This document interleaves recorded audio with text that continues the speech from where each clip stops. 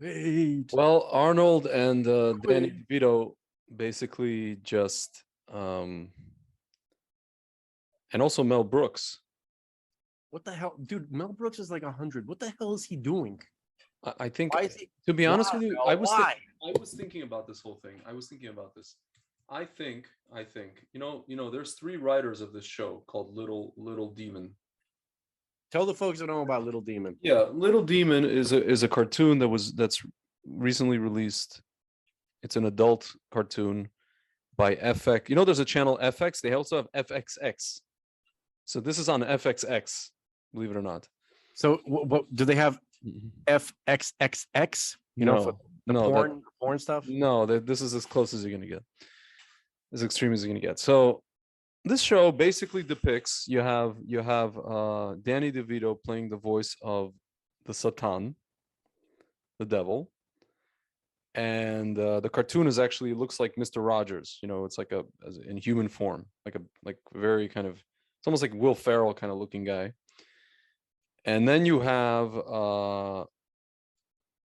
Aubrey Plaza, that weird hot chick from Delaware, playing a human, creepiest hot chick ever. Yeah, who had sex with him 13 years ago, and now they have a child called Chrissy.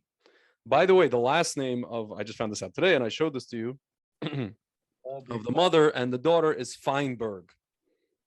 I mean, that's what they call them in the show. Yes, the characters are Jewish. Of course, they're going to do that. Of course. Yeah, and so one of the episodes, we got into this yesterday. One of the episodes, the mother comes back and she challenges. I'm sorry to bother you about this, but unfortunately, Danny DeVito's daughter is Jewish. Yeah, because Rhea Perlman. Perlman. Yeah, his real daughter, the one that plays the voice, Danny DeVito's daughter, who plays the voice of the girl, of the daughter. But interestingly, I don't see Rhea anywhere near the show. I haven't seen her. No, she's nowhere near the show, and so the character, Aubrey Plaza's character, the mother comes to, I guess it's like a kind of like this area of, it's not even hell, it's like this like metaphysical realm, which they call, it's kind of like Port Authority with more, it smells more and more with more and more urine, but not, but what? But with much less bomb threats. Yeah, less bomb threats and more urine. Which I guess is supposed to be a funny line, I guess. It didn't reach me. It didn't. Yeah. So she comes back to this metaphysical realm, the mother, and she challenges the devil to a fight, her ex-husband or her whatever, the baby daddy, not even husband. And at one point, she basically throws the oil of abramelin, which is basically this anointing oil made from ketoret. No, I mean it is not. But that's what the claim is. That's what the claim is. What it's supposed to be by ignorant kooks who have no idea what they're talking about. And she says this is abramelin oil from an uncircumcised Kabbalist rabbi, which is another. Like if you, I wonder if you ask these people, the writers. So like there's three writers, right? I guarantee you that two of them will say, well, these things that they don't mean anything. It's just shtick. It's just like for fun. Yeah, shtick. With that level of detail. Shtick. Listen, what I think, well, here's the thing. I think that one of the writers is actually enacting something. And the other two writers, I don't know which ones it is. The other two writers are basically just there to, I guess, kind of stretch or spread their creative wings. Like if you ask them, like, why are you including all of this detail? Where did this screenplay come from this particular episode, or this or that? Why did you use this line? Why did you use this element? Well, I don't know. It's just, whatever. It's whatever, like people are, it's people who are into, we did some research on people who are into like this magic stuff and like, like the Wicca and like the freaks in your school and like the what is it called? The Goths, you know, and that's like the stuff they're into. It's just like it's like a phase. It's like a teenage phase, you know, people are into, even though some people are into it in their 20s and 30s. I just want to say that this has been kind of like seeping into pop culture for a long time. Yeah. Okay. Now I'm gonna break Faye Ain't Od Novado's heart. Okay, but you know, obviously this came into the mainstream mostly with that show Supernatural. It's her favorite show, right? I guess. I don't know. You know, they with this guy Joss Whedon, right? This woke sack of shit. I guess. Sorry, Faye. But another person who's in the show, people who make cameo appearances in the show, Arnold, and they do an episode that looks like Running Man, with like a game show where people die.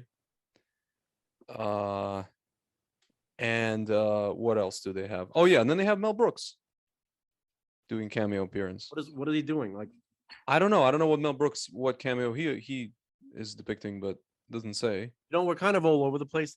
I want to tell people what my major malfunction is. Yeah. There's a lot, but here's the primary one. They have lines in the show like the following. Let's go boil their babies alive while their heads are still soft. Oh yeah. Yeah, it's like, you know, it's like a fun thing to do for the father or the mother. It's like and then so the devil says that's actually Danny DeVito's line. Yeah. And then his demon friends are like, woohoo, you know, like it's a big joke, like it's funny. So, you know, me and Greg were big on shtick. No. Okay.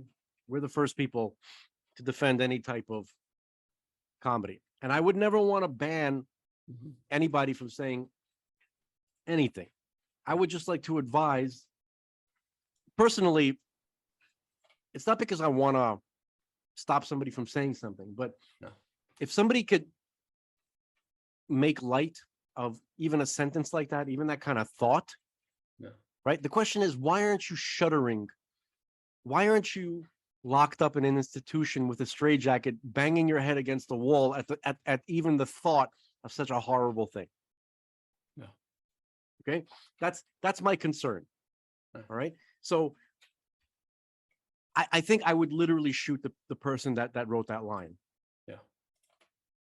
Yeah. I mean, just to kind of like save the world from this monstrous maniac. I mean, it's not funny. There's nothing funny. There can be nothing cavalier, nothing, no clever quips when it comes to something like that. That's what we're talking about. Now, what is this? This is very, very similar to the Canaanite cults. The Canaanite cults, they centered around child sacrifice in horrible ways, by the way, horrible ways, like beyond, like, I can't even discuss it here. You know, even though the show is called Truth Fanatics, that's just too much truth. Okay, it's just too much. But so the people weren't born monsters. How did they convince people to do this? Right? How did the culture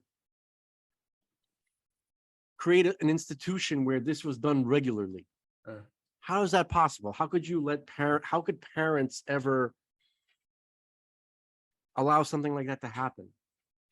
So what they would do is, this is very common. They, you know, when they would sacrifice to Moloch or to Baal, they would have musical performances, right? And there would be dancing, and there would be festivities and orgies and performances, and the sound of that, you know, would be very, very, very raucous. Yeah. The sound of that would drown out the agonizing screams of the children that are being burned. Yeah.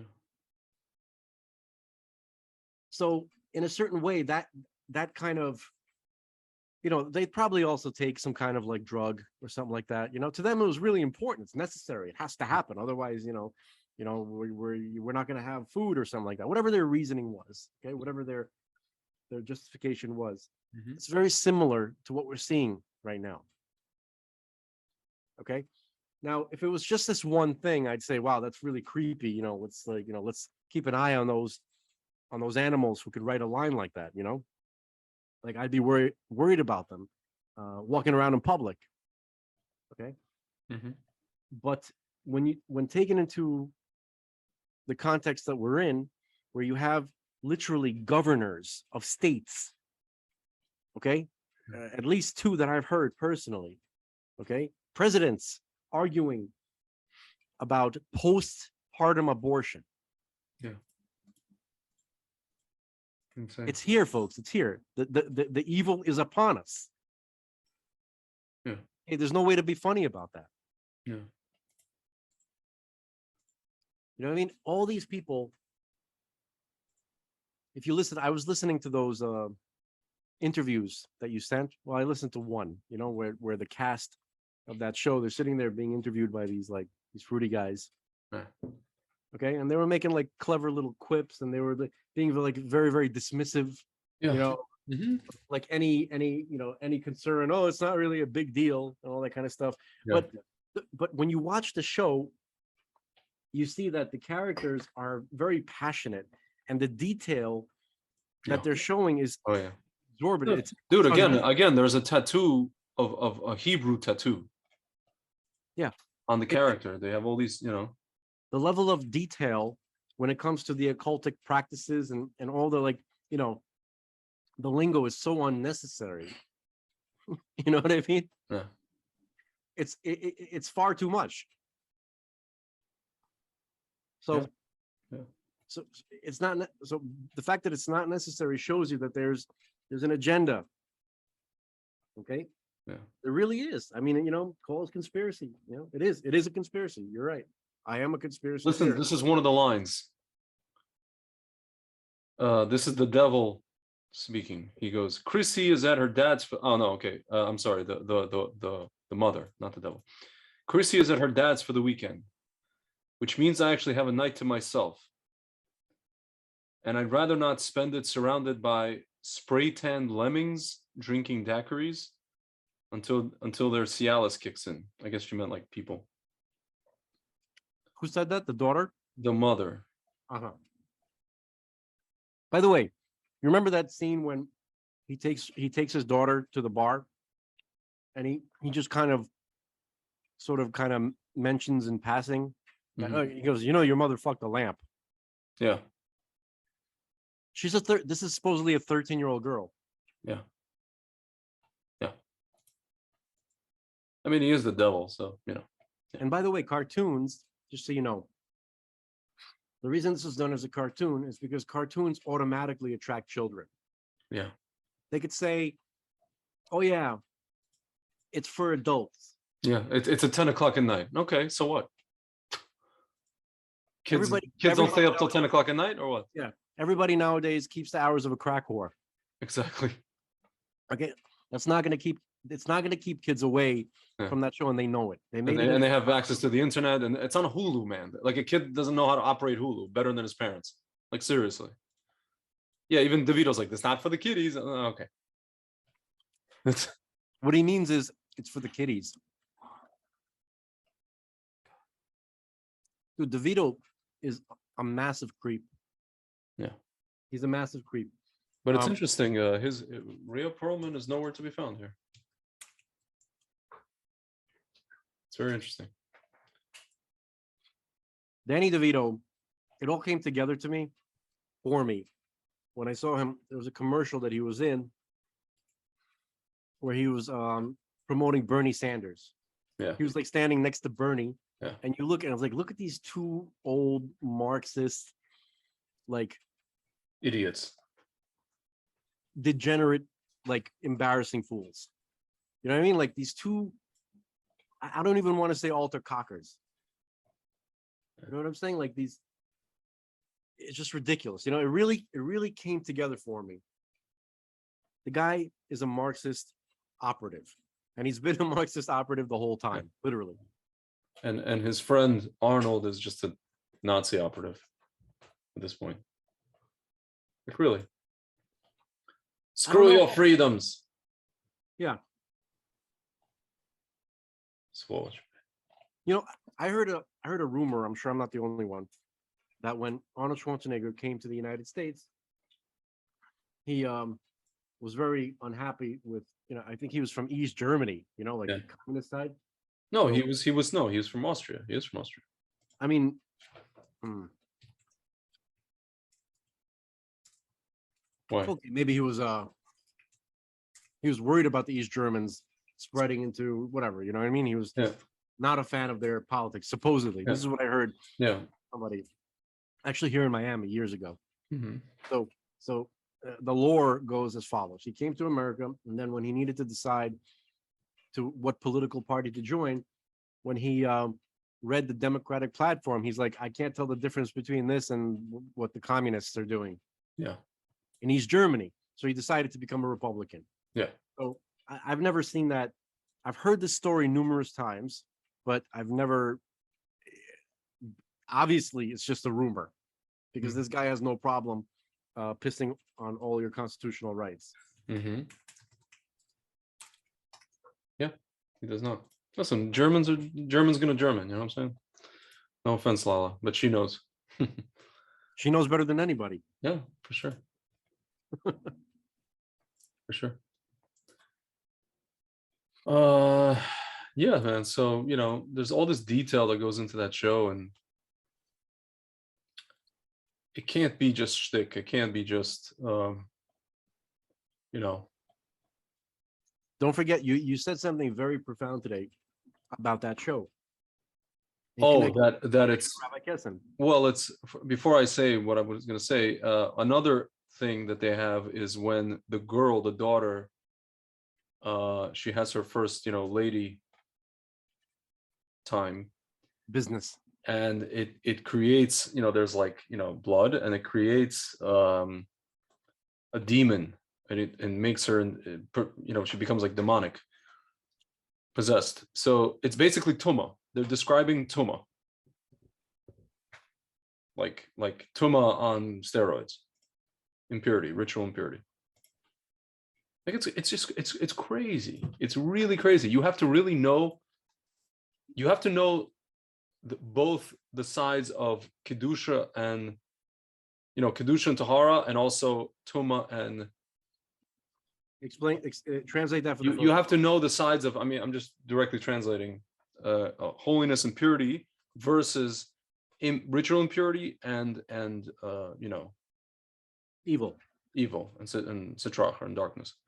Like, you have to know all the aspects of those things. What are the physical manifestations of these things in the world, in order to bring these concepts forth in a cartoon or anything, really. Can I explain one shocking, like, little detail? Just and most people don't have the eyes to see it, and it goes with what you're saying. You mentioned it last time, where when the mother was attacking Danny DeVito, Satan. Yes. Apparently, she's some kind of super witch, something like that. Okay, and she knows all these spells, and she wanted to stab him with a goat. Was it a goat's horn? I think it was a goat's horn. Yeah, like basically a shofar, I guess. I mean, a goat's horn can't be a shofar. Okay, I'm saying, like, it's only, I think it's a ram rams, horn. it can only be a ram's horn. Yeah. Certain species of a certain type of a bull. Yeah. Okay, those are the two that I yeah. familiar with. But so she said that it was blessed by a uncircumcised. No, the oil was. Was it the oil or the oil? It was the oil that was blessed by an uncircumcised rabbi. Uncircumcised Kabbalist rabbi. So let me explain to you what that means. Okay, I can't even imagine who that line is for, because it's like very confusing for most people. Mm-hmm. Okay, so you have, when you look at the commandments in the Torah, right? There are books, like, for instance, there's like written by the Chafetz Chaim, right? It's called Sefer HaMitzvot, the Book of Commandments, where it lists all the commandments and where the commandments are found in the Hebrew scripture, like by verse. Okay, so when you go through the entire Hebrew scripture, the 5 books of Moses, okay, so you'll find 613 commandments where statements by God saying I want you to do this, or I want you to abstain from that. Mm-hmm. Okay. So there are certain types of idolatry. These are all vague words. There are certain types of magical disciplines that the Canaanites practiced and they were masters of, and that includes the Egyptians. Like basically like the Egyptian and Canaanite like cultures were like nearly identical. Like it was basically the same culture. Mm-hmm. Okay, they weren't the same people necessarily, but Yeah. the culture was identical. Okay, so they had these very specific disciplines. Okay, where, for instance, it says that you're not allowed to do incest, right? The Torah says you're not allowed to do incest. Okay, so they would do incest specifically because they understood why the Torah said you shouldn't do incest. Yeah, they understood the intrinsic, They understood the energetic, the metaphysical thing. metaphysical effect that it has on the universe, and the energy that it releases. They knew how to harvest power from specifically those acts. Okay, so it was basically just a science to them. Okay, and so they would do acts forbidden by the Torah at very, very specific times when the energy is especially charged. Okay, so when she said an uncircumcised rabbi, right? So think about it for a second. Like that is the exact opposite of what a rabbi can be, right? Like if a rabbi is a person who's literally dedicated to serving God and following the commandments. The most fundamental commandment for a Jewish male is Brit Milah, okay, which is to be circumcised. Okay, the reason for that, by the way, we never discussed it. It's pretty complex, but essentially, you take the most sensitive part of the body, right, and the part that every person is most challenged by in their whole life. Revere them, and they. The part that occupies the majority of the moral challenges, right? The part that makes a person completely selfish. Yeah. It can make a person completely selfish. It's such a powerful. It's connected to such a powerful desire that you can essentially become like you can get lost in it. You can become a hedonist, right? Mm-hmm. Where you're essentially your entire life's purpose is to pursue your own pleasure. Mm-hmm. Okay, and and basically forsaking everybody else, including God. Mm-hmm. Okay, a lot of people do that. I think we all know people who do that. Yep. Okay, so and I'm not speaking as Mr. High and Mighty here. I'm just barely not that guy, barely. Yeah. You know what I mean? Yeah. So I'm trying to be less and less that guy, Yeah. and whatever. We'll see what happens. Okay. Mm-hmm. So the point is that everybody is challenged by it. Okay, men, that is. Okay, so that part of the body, right? It's circumcised, and the foreskin is removed for a couple of reasons. I think the most basic reason, it's not really spiritual, although everything is spiritual, is that it makes sex less pleasurable. Actually, Mm-hmm. Yep. Okay. Yeah. Actually says that in the Tanya, right? Yeah. So yeah, it kind of slightly reduces the sensory experience that a lot of men pursue all the days of their life. Yeah. Okay. So, and it makes you more sensitive. Physically, I'm speaking physically. Okay. So that's number one. Number two, there's this idea that to understand or to have a relationship with God, you have to circumcise your heart. Yeah. That's a spiritual idea. The heart has this husk or like a shell that surrounds it, right? Metaphorically speaking.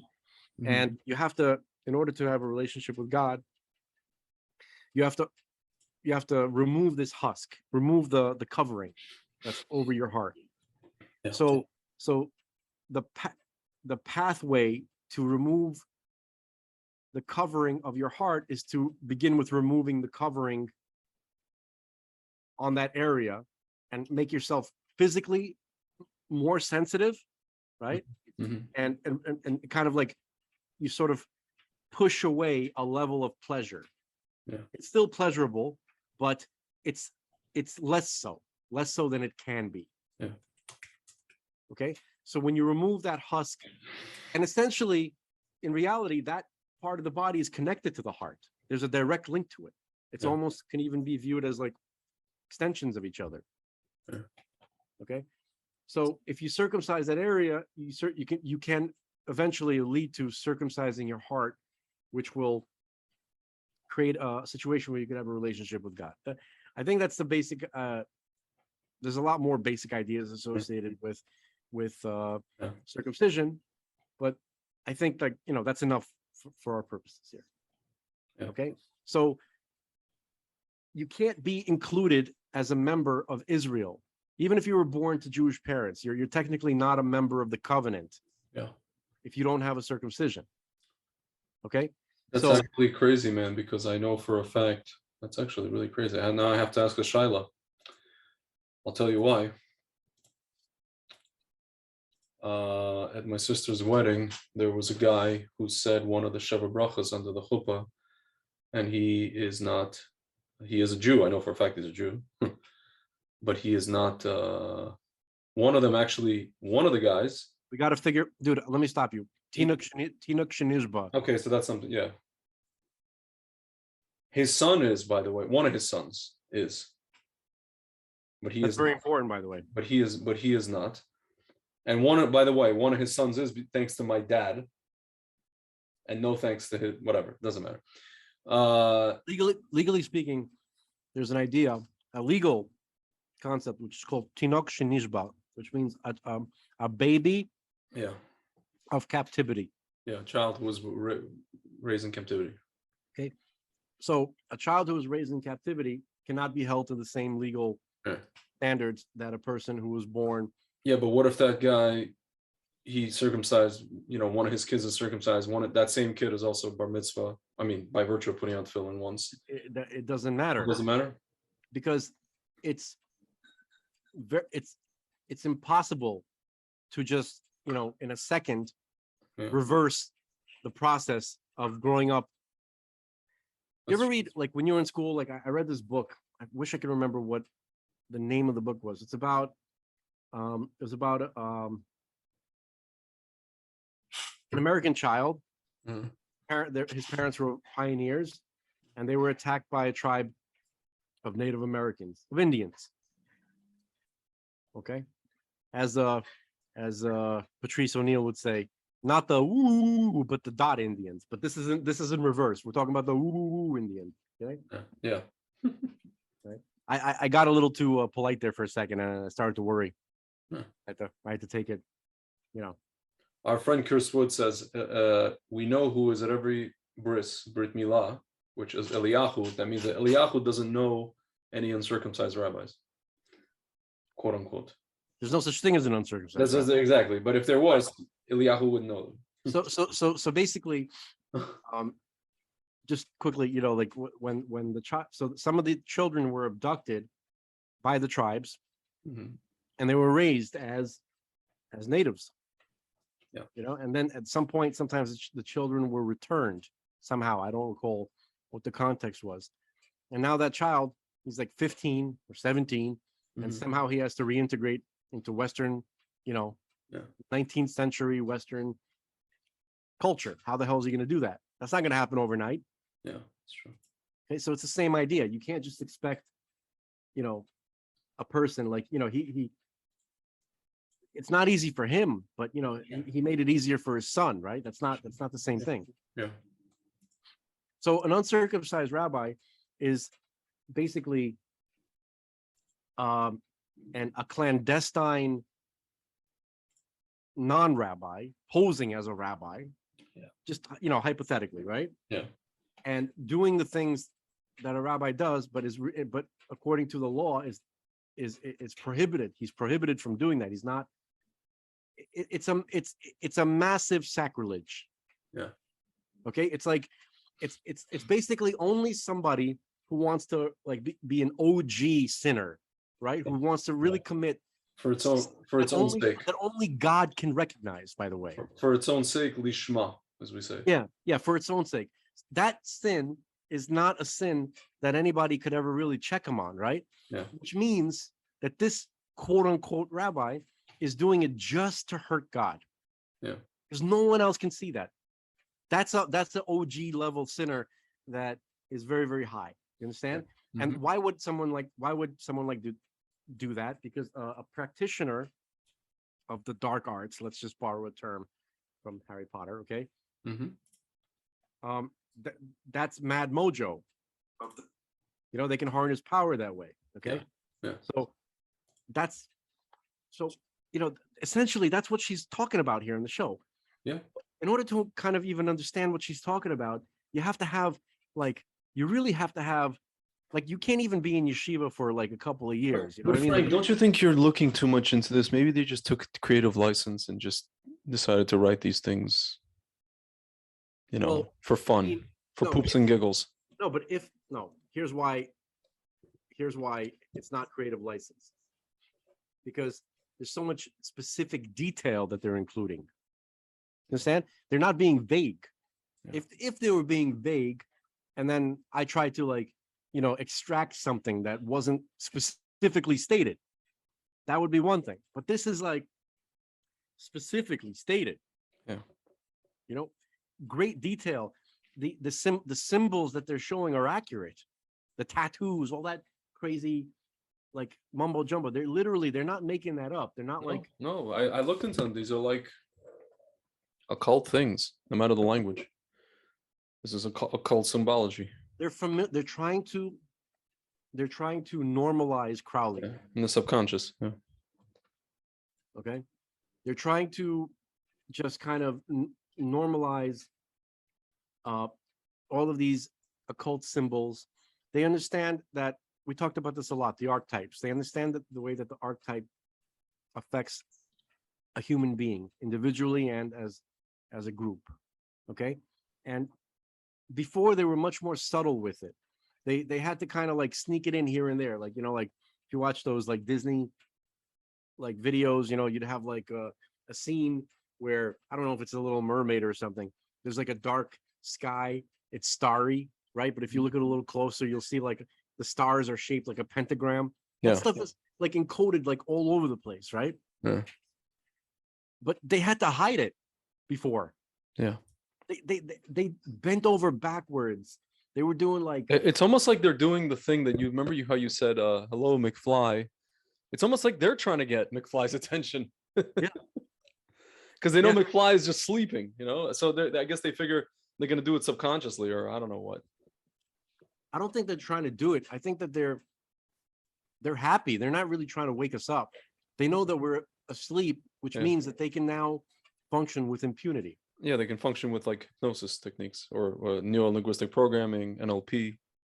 These are all things like that, Get people used to slash and gore, right? Get people used to making quips about boiling babies because their skulls are still soft, soft, so it'd be especially painful, right? Like that's funny, right? Okay. To them, just so we're clear. Right. No. So if they see people, right, like familiar people, oh look, it's only Danny DeVito. Yeah. It's Aubrey Plaza. Remember, she's that quirky girl from Parks and Recreation. Yeah. They're just kidding. Yeah. Right? And Danny DeVito and his daughter, isn't that so cute? They're doing a show together. Look how she's short like him. Oh, so cute. Oh. It's Mel Brooks. He made awesome movies. Although I'm not ready to throw Mel under the bus. I think they may have just. I feel like that's where this is heading. I suspect. I worry. I'm not ready to do it because I don't know. Let's see. Maybe he's a positive influence in the show. Maybe he's gonna be like, "What is this Michigas?" or something like that. Who knows? Well, they have a character. I know I'm lying to myself. I'm lying They to have myself. they have a character that hunts the demons called Unshaven Man, and I thought it was going to be a person with a beard, but he's just a guy with stubble who's hired by I guess the Catholic Church or Yeah, whatever. yeah. He's the tortured, vampire hunter, Van Helsing or something like that, right? Like, Yeah, Unshaven Man. Yeah, man. I don't know. They're doing it. Oh, but so what I was saying was, and I started listening. Interestingly enough, today I was listening to Rabbi Kessen's latest shir, and I caught the part where he talks about how the Satan is dying, and he said that the Satan is almost like, at this point, it's we're not. He goes, we're not even in the 49th level of impurity anymore. We're in the Zohama. That's what he said. We're in it. And he said the Satan is dying, and therefore, it's like a star that's brightest right before it explodes. Like a nova. yeah, So listen, this show and other things that we see in pop culture, that's basically what this is. This is just them being completely in the open, bright, shining bright, like physically shining bright, like and right before they explode, they're trying to shoot all your guns at once. just go out blazing, And this is one of the things. I mean, you look at it and it's just so like, I mean, it's so obvious. I mean, like, it's just like you can't get any more obvious.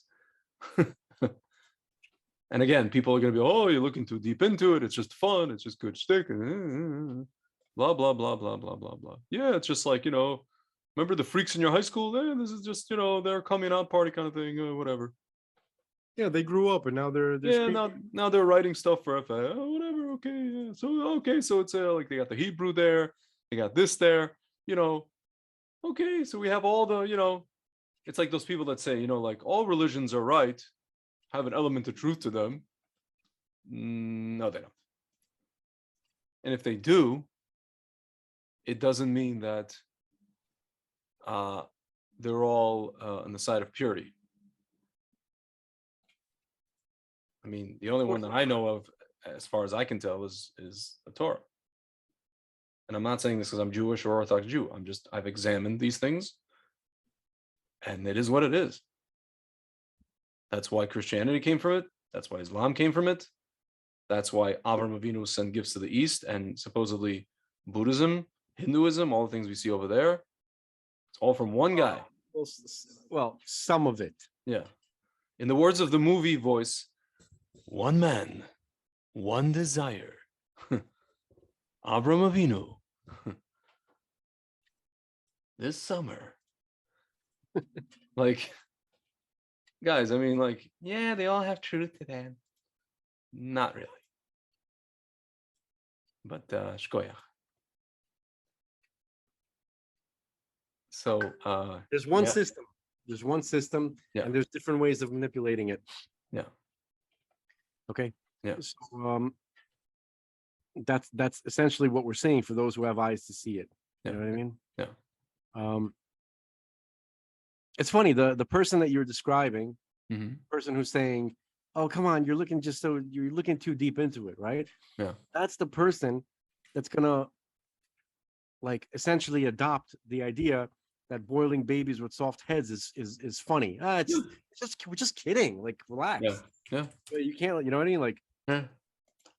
Or you're probably one of those people that watches Fox News for comedy. This is the same person that's gonna freak out if you call Caitlyn Jenner a he. Yeah. You just like don't get it, dude. You just like don't get it. You don't have like a sense of humor. Like, oh my God. Dude, it's so hard not to kick the shit out of them. I'm struggling. In order for it to be funny, in order for it to be a joke, it has to be funny. When you tell them that you're joking. Yeah. Jokes have to be funny. Yeah.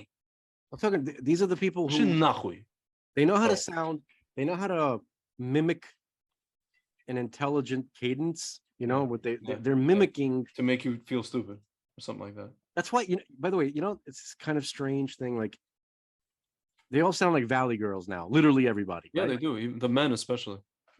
Okay. So they kind of merged the Valley Girl sound with like a semi-intelligent, like gay dude from the 80s. Yeah. Somehow that it was, It's called a pseudo-intellectual. Wannabe. well, the semi-intelligent gay dude from the 80s was intelligent. Yeah. Okay. But they just mimic the sound. Yeah. Like, they know what it sounds like. Like, they can recognize it. They think when they see it, and they kind of, do you understand what I'm saying? It's like, it's more of a shell that they try to Of mimic. course. Of But course. inside, there's nothing. There's no thought process. No, there isn't. There's no. In fact, they're ready to adopt evil. Yeah. Right? Yeah. Totally cool. Listen, Dude, Danny the mother DeVito. has- the mother has a right not to throw her life away. Make the child comfortable postpartum and let it fade away. What's wrong with that? Dude, Danny DeVito on his personal Twitter as himself took on the character of this Satan in the cartoon, and is posting pictures from the cartoon and saying, one of the pictures is this unshaven man trying to kill his daughter, and he tweets out, "Keep your hands off my daughter, you religious extremist freak, blah blah blah."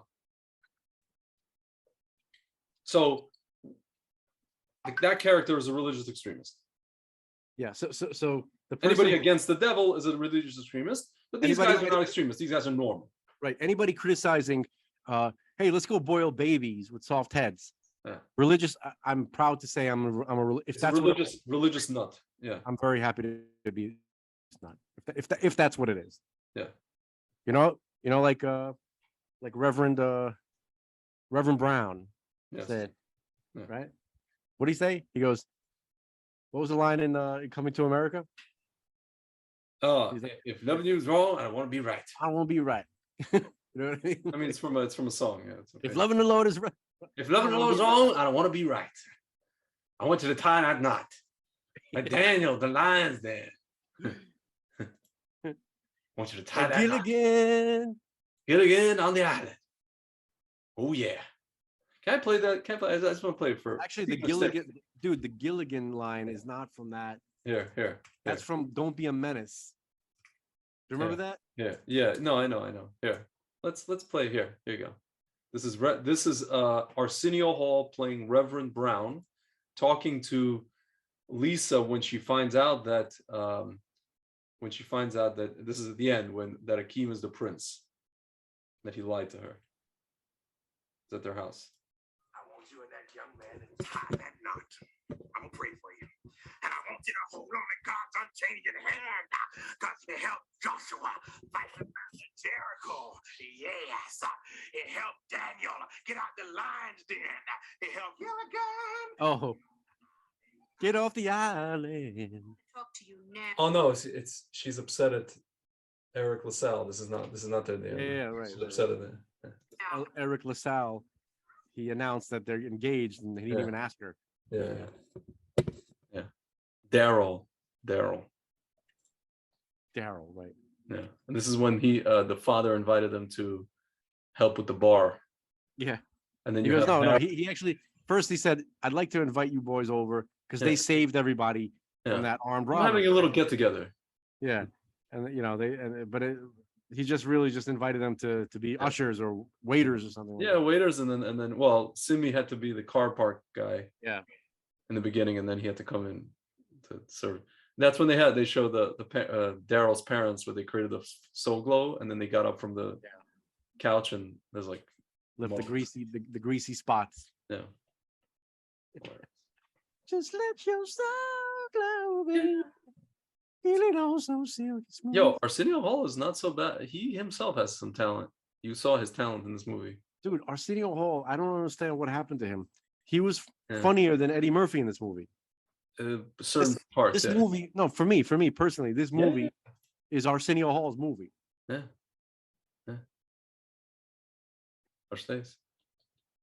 I love Eddie, and my favorite movie with him, he was the best ever in Golden Child. Like that movie, that was the peak Eddie. Yeah. Well, because Eddie plays like kind of like a serious, kind of like uptight character in this movie. He plays like the prince. He's like the prince, you know. Yeah. He plays like the uptight guy. Like Simi is the shtick guy, you know. Right. If anything. But Eddie's funny characters are anything but the prince. Anybody but the prince that he plays in this movie. Exactly. It's the barber. It's this. It's that. All over the place. I said, I want the knife Wait, what? What is this one? from the Golden Child. Remember when they, Oh, get to the temple in Wait, Nepal? wait, hold on. Okay. Hold on. I want the knife. I know. I don't remember this. I want the knife, Yeah. I got it. please. Oh, yeah. This is when he's in the. Actually, here. There's a better clip. Hold on 1 second. Yeah, they actually have like. All these people are writing 30 years later, and it's still funny. Oh yeah. Right, come on. Oh my god. This is when he's in like the Himalayas. Enters the Buddhist temple. He's like stomping his feet from the snow. Could you stop for a second? It's too bad that like I wish that the scene before this would flow into this scene. Like I would even like watch the whole thing because he just got to Nepal, right? And he's walking around and he sees this like little old like guy who kind of seems like he can't walk, you know, like a little homeless beggar guy. And he's selling something. He's selling like necklaces. Yeah. And he goes, oh, you want to sell me a necklace? He goes, you want to sell me a necklace? He goes, okay, I'll buy one. He goes, okay, give me that one, right? He points to one and he goes, here, you know, he takes out a wad of cash. He's like, here's $1, right? The guy quickly grabs 100. He goes, no, that's not the one I want. No. And you see this, George Washington, that's Benjamin Franklin, right? It's like, right? And then the guy's like, so you're breaking my heart, ass wipe, right?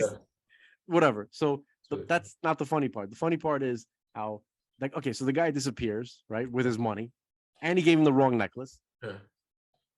So the whole scene is him yelling for the guy, right? He's like yelling in the middle of a Kathmandu, like town square or something like that. He's like, if I'm gonna find you, I'm gonna leave you naked and bleeding in Tibet, or something like that. And then the next scene, they're now moving from the city. They're traveling through the wilderness, going up a mountain, you know, paddling in a river. And the whole time he's screaming about this guy who stole his 100. Like the implication is he's been like bitching about it the whole time, and it's hilarious. Like that's the funniest scene in the movie. But all right. So let's play this. Now they're in this Buddhist temple. I'm gonna paddle his ass. I'm gonna paddle his ass when I find you. He's with the smokestack girl. Yeah. Oh, there's the guy doing it. That's the dude who took my money.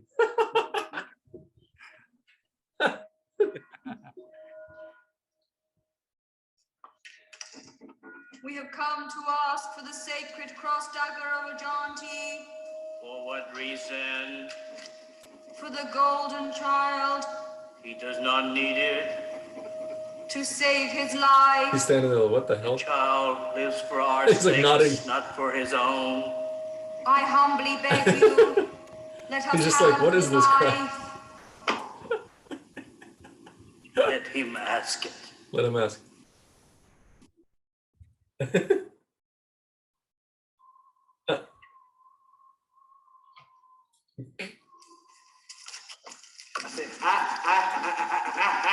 There's like a thing that spins, and he's like making it like a turntable. Yeah. Want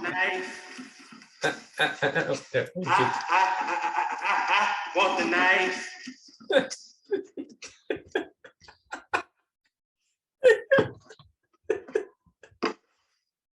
Let him ask again.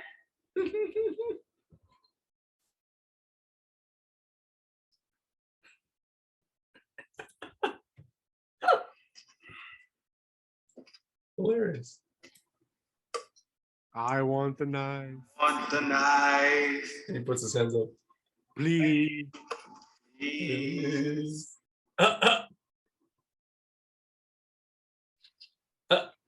Dude, the best movie villain ever in that movie. Yeah. Better than Hold on. Wait, what does he say? Only a man whose heart is pure can wield a knife. And if you're such a man, you will have it. listen. That's it. That's all. Oh, that's it. No, because they're okay. So he has to, in order to get the knife. Uh-huh. Remember, they're in a mountain in Tibet or Nepal or something. Nepal, yeah. Okay? And this like temple, and Yeah. where most of it is hidden, built into the mountain. Yeah. And then there's this obstacle course that he has to survive. It's this ancient obstacle course that he has to survive Yeah. in order to get the knife. And it's this mystical place. It's magical or whatever. Yeah. As they're walking down the stairs to get to the obstacle course, it's very, very kind of like, cramped space. So when this guy was saying, this old Asian dude was saying, he goes, only a man whose heart is pure can wield a knife. And if you are such a man, you will have it. And then Yeah. as he said, he goes, and only a man whose ass is narrow can make it down this staircase. Yeah. Yeah. Actually, I think this is in this clip. Hold on. Oh no, they don't have it. Yeah, but this is. Sticky spear. Oh my god! I wanted to play the thing that you were talking about. The What was I talking about? the when he's in the square. Oh, Yeah. it's okay. Has about an hour to look around. This is it. Oh yeah. Yeah. There's the little parrot. That's the guy. Little bird.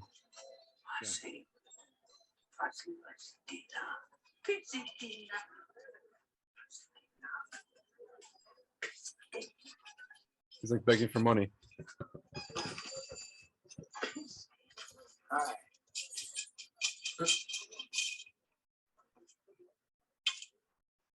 Take it easy. Oh, you want me to buy one of your necklaces? Okay, I'll buy one. Okay, let me have the blue one. All right. How much is one? I don't know how much they cost though. One of those? Okay. Let me have the blue one. It matches my coat.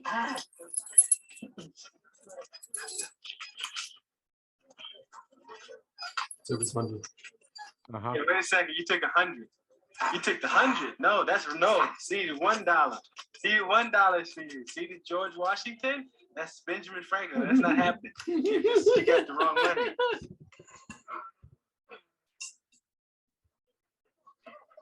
Can I have my money back? And you gave me the wrong necklace too. You're breaking my heart, asswipe. Well, you speak English just fine. So do you, so what of it? Hey, listen, man. Give me my 100 back. Take this $1 and take this to give me the right one. Monkey breath, puke face, eater of turtle slime.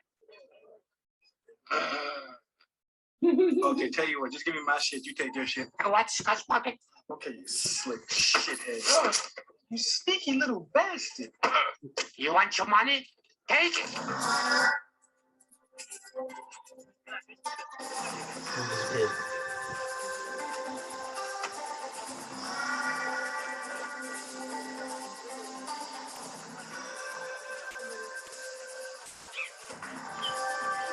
It's the bird. Yeah.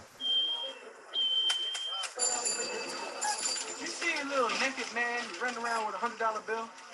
I've arranged for yaks, ponies, and boats. You didn't see a little naked bum with $100. No, I can arrange for one. But I can arrange for one. You got to show up sooner or later. And when you do, your ass is kicked. I'm gonna sell your clothes, leave you in Kathmandu, naked and bleeding with no money. You little dirty bastard. You took my money from me. Listen. Floating. If that bum didn't take my $100, because I got a boat with a motor. Shut up and paddle. Yeah, I'm a paddle. I'm a paddle his ass when I find. I'm a paddle your ass when I find you. I know you. I'm gonna use this rope. I'm gonna roll your ass till it bleeds. It's like the juxtaposition of this, The two scenes, right? Like the thing, and then you have a guy from like Brooklyn screaming about rolling somebody's ass. for clearly for hours and hours straight. Yes. In different climates. Yes. still going on about it. It's like a dude from 125th Street and Adam Clayton Powell Boulevard. For some reason, he thinks the guy can hear him. For some reason, It's stuck in Tibet. It's like Mike Tyson hanging out.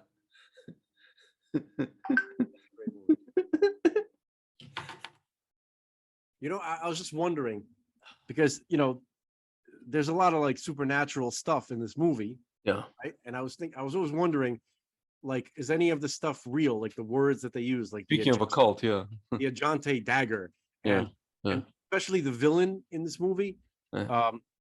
Brother Numzi. Yeah. The reason he called him basically Eddie Murphy's character called the demon, who was played by Charles Dance, Yeah. fantastic villain. Yeah. He called him Brother Numzi. The reason why is because the villain's name is Sardo Numspa. Yeah. That was the guy's official name. He's some kind of like, you know, Hindu/Buddhist demon apparently. Yeah. But it looks like it's completely fabricated. Yeah. Like it's not even a real. Mm-hmm. It's not based on anybody. It's just somebody came up with the Yeah. apparently. Yeah.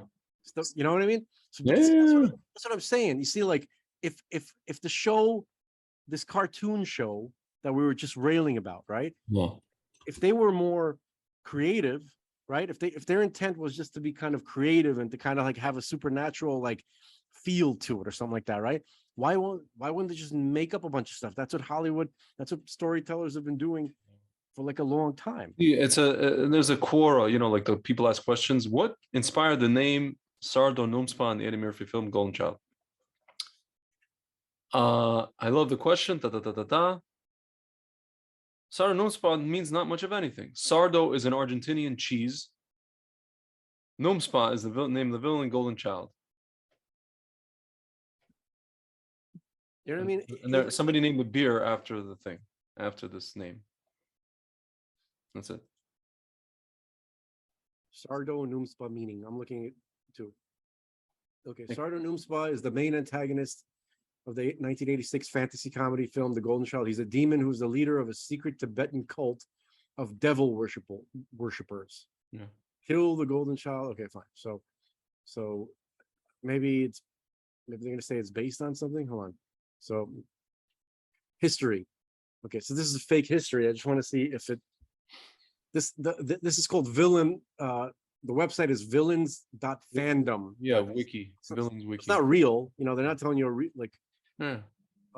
but I do want to see if it's based on anything. No, they're just telling the story. They're not even giving like. Yeah.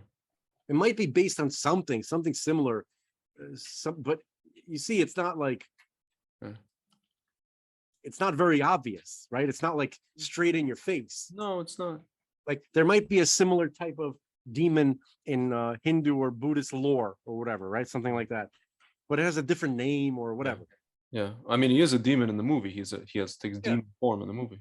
Yeah.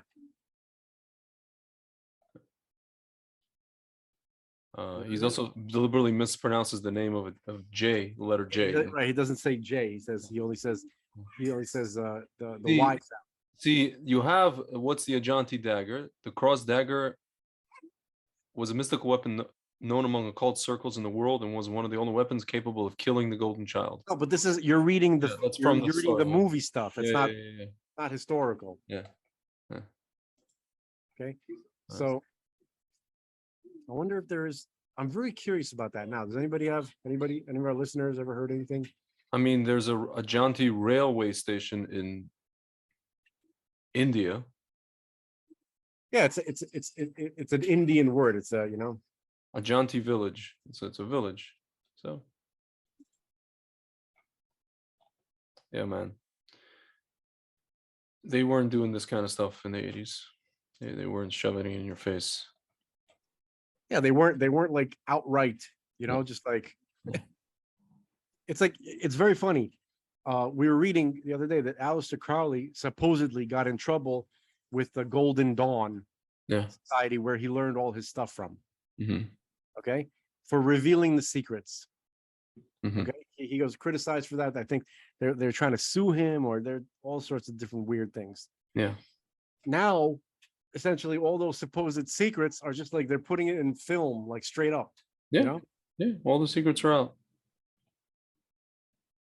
It's astounding. And based on what you said about the statement of Rabbi Kessin that the Satan is dying, right? Yeah.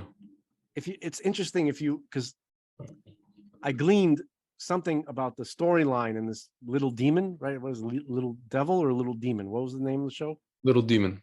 Little demon. Okay. It would seem that this devil, right, when it's having interactions with the mother, right? Yeah. He seems desperate, like he's desperately trying to make something happen, and a time is running out. Yeah. All that kind of stuff. Well, he wants to unite the, I don't know, whatever it's, the nether worlds into one. Whatever it is, but he seems desperate. Thing. He seems desperate. He doesn't seem relaxed about it. He seems like, It's you true. know, It's true. so that kind of like, it's interesting that when Rabbi Kessin is saying this, that he's saying that the Satan is dying, Yeah. he's desperate, then they make a show about a desperate. He's scrambling. He's scrambling. I think that's interesting. I mean, you see him scrambling because we keep hearing news about how the FBI suppressed stuff about Schmunter. And as more and more of that comes out, the more they have to, it's like beat the clock. They have to beat the clock, whatever the clock is,